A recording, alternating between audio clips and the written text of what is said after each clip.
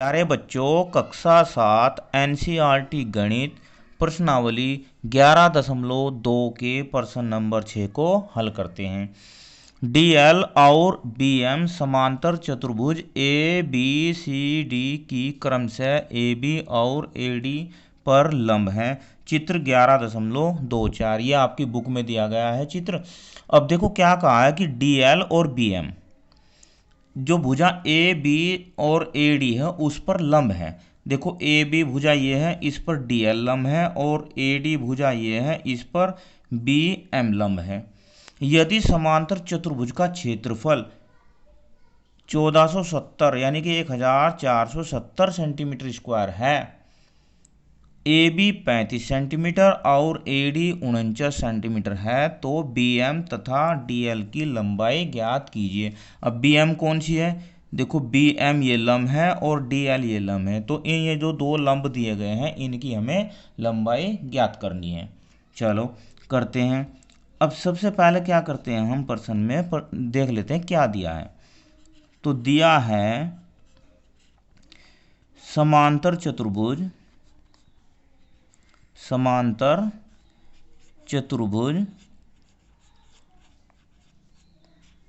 कौन सा है? ए बी सी डी की भुजा, एक तो ए बी दी है, कितनी दी है भाई? 35 सेंटीमीटर। कितनी है? 35 सेंटीमीटर। तो ए बी हो गई 35 सेंटीमीटर। दूसरी दी है ए डी दी है 49 सेंटीमीटर।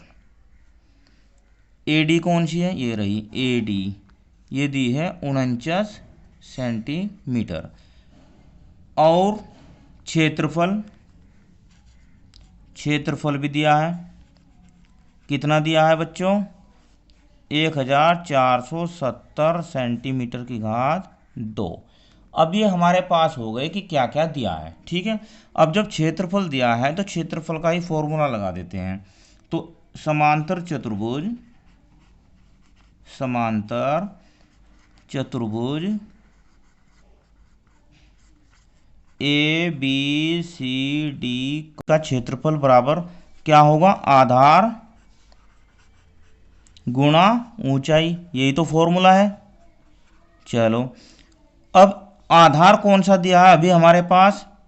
ए बी 35 सेंटीमीटर है और डी एल हमें ज्ञात करना है। क्या करना है? डी एल भी ज्ञात करना है हमें, तो इसी में लगा देते हैं।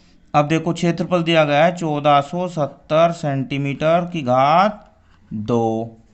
कितना दिया है? 1470 सेंटीमीटर की घात 2। आधार हम ए बी ले लेते हैं। कितना? A B. और ऊंचाई ले लेते हैं डी एल। अब देखो, अब हमें डी एल ज्ञात करनी है, तो ए बी जो है 1470 के बटे में जाएगा। कहाँ जाएगा? 1470 के भाग में जाएगा। अब ये हो गया 1470 सेंटीमीटर स्क्वायर बटे ए बी। अब ए बी कितना है? 1470 सेंटीमीटर स्क्वायर बटे ए बी का मान दिया गया है 35 सेंटीमीटर। कितना? 35 सेंटीमीटर।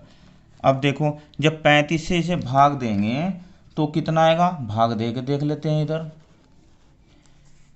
1470 को जब हम 35 से भाग देंगे तो 3 चौक 12। कितना? 3 चौक 12। 4 बार चला देते हैं। 4 पंजे 20 और 4 तिया 12 और 2 14। अब आ गया यहाँ कितना घटाया? 70। तो 35 दूनी 70, ये हो जाएगा 35 दूनी 70। तो कितना आ गया बच्चों? यहाँ पर आ गया 42 सेंटीमीटर। ये हो जाएगा डी एल। ये तो हो गया आंसर। ये हमें क्या ज्ञात करनी है? B M.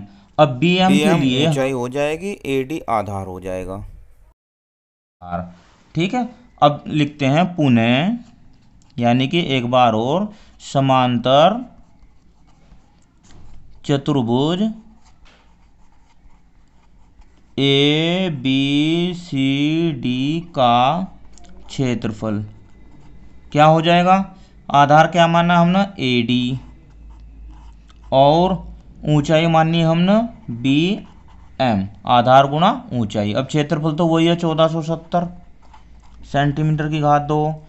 ए डी कितना है? 49 सेंटीमीटर, और बी एम हमें ज्ञात करना है। ठीक है, अब बी एम बराबर हो जाएगा यहाँ से, ये हो जाएगा 1470 सेंटीमीटर स्क्वायर बटे 49 सेंटीमीटर। ठीक है, अब 49 सेंटीमीटर से, यानी कि 49 से 1470 को भाग देंगे। सेंटीमीटर यहाँ पर सेंटीमीटर गुणा सेंटीमीटर, एक बच जाएगा, तो यहाँ तो आ जाएगा सेंटीमीटर। अब इससे से भाग देते हैं। देखो 1470 को जब 49 से भाग देंगे हम, ठीक है, तो 4 तिया 12, 3 बार देख लेते हैं। तो 3 नम 27 और 3 चौक 12 और 2 14। अब यहाँ पर आ गया 0, तो 0 बार ही चल जाएगा पाड़ा। अब हो जाएगा कितना? 30 सेंटीमीटर। बी एम हो गई 30 सेंटीमीटर। ये इसका आंसर हो जाएगा। वीडियो कैसी लगी मुझे कमेंट में ज़रूर बताना। धन्यवाद, आपका दिन शुभ हो।